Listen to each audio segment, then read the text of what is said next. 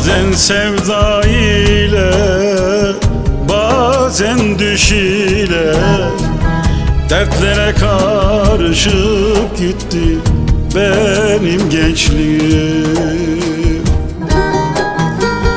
Çok direndim tırnak ile diş ile, yıllara yenilip gitti benim gençliğim. Çok direndim tırnak ile diş ile, yıllara yenilip gitti benim gençliğim.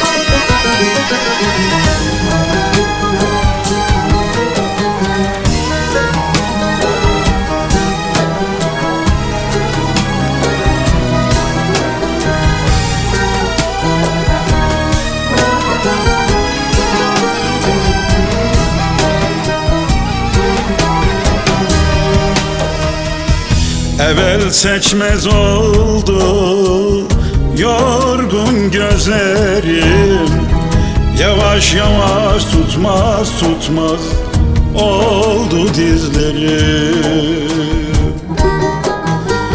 Hazan gülü gibi soldu neyleyim, yıllara yenilip gitti benim gençliğim.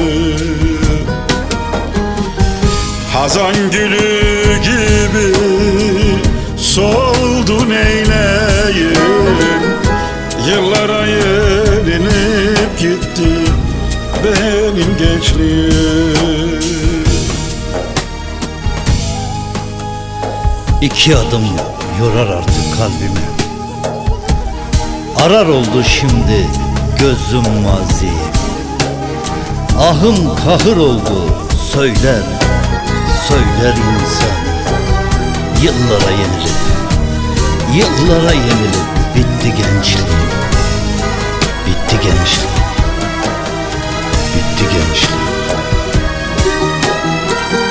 İki adım yorar artık kalbimi, arar oldu şimdi gözüm maziye. Ahım kahır oldu söyler insani, yıllara yenilip bitti benim gençliğim. Ahım kahır oldu söyler insani, yıllara yenilip bitti benim gençliğim.